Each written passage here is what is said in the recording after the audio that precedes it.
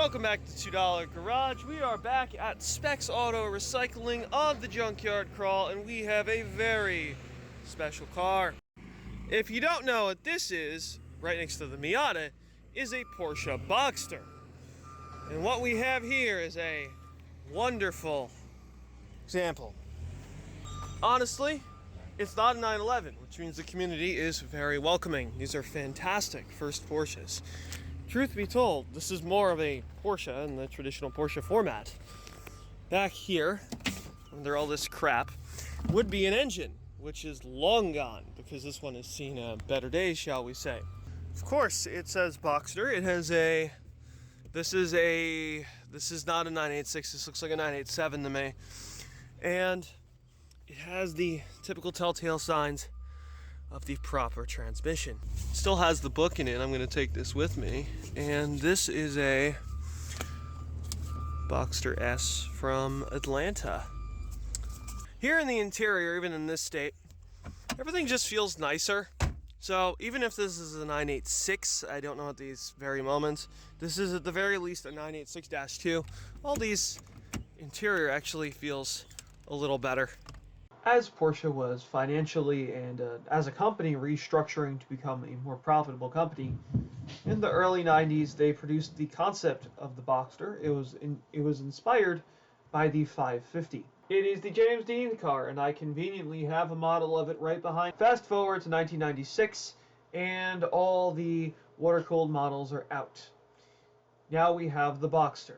Now, the Boxster in 1996 had a 2.5-liter flat six, making 205 horsepower. I know that doesn't sound much, but 10 years before this, the equivalent 924 or 944 would make about 140. That's pretty good.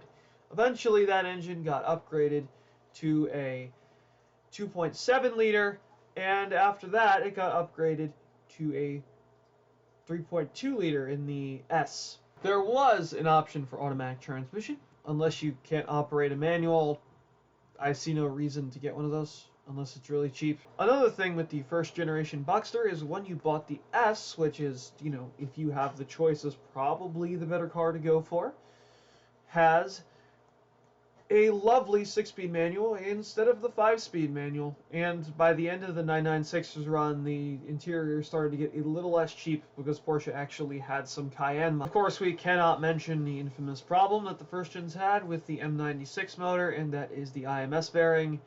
Of course, most of them have been fixed at this point. It's that or they're broken in parts cars. Now, the second gen, or the car here in this yard, is a 987-1. That would be, again, an upgrade from the 986. Obviously, the interior is better.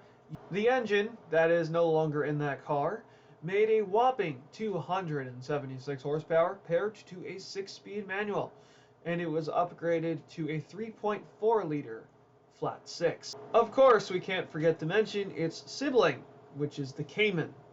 Now, the Cayman is simply a Boxster with a roof, and for many people is the real 911, because most Cayman owners I've met drive them like a 911 should be driven. This more so applies to the Cayman, but also to the Boxster to some extent. I've seen some there as well. They make excellent track cars like the transaxle Porsches that preceded them. They also make excellent track cars. Not to mention the glorious sound of the current generation GT4 RS.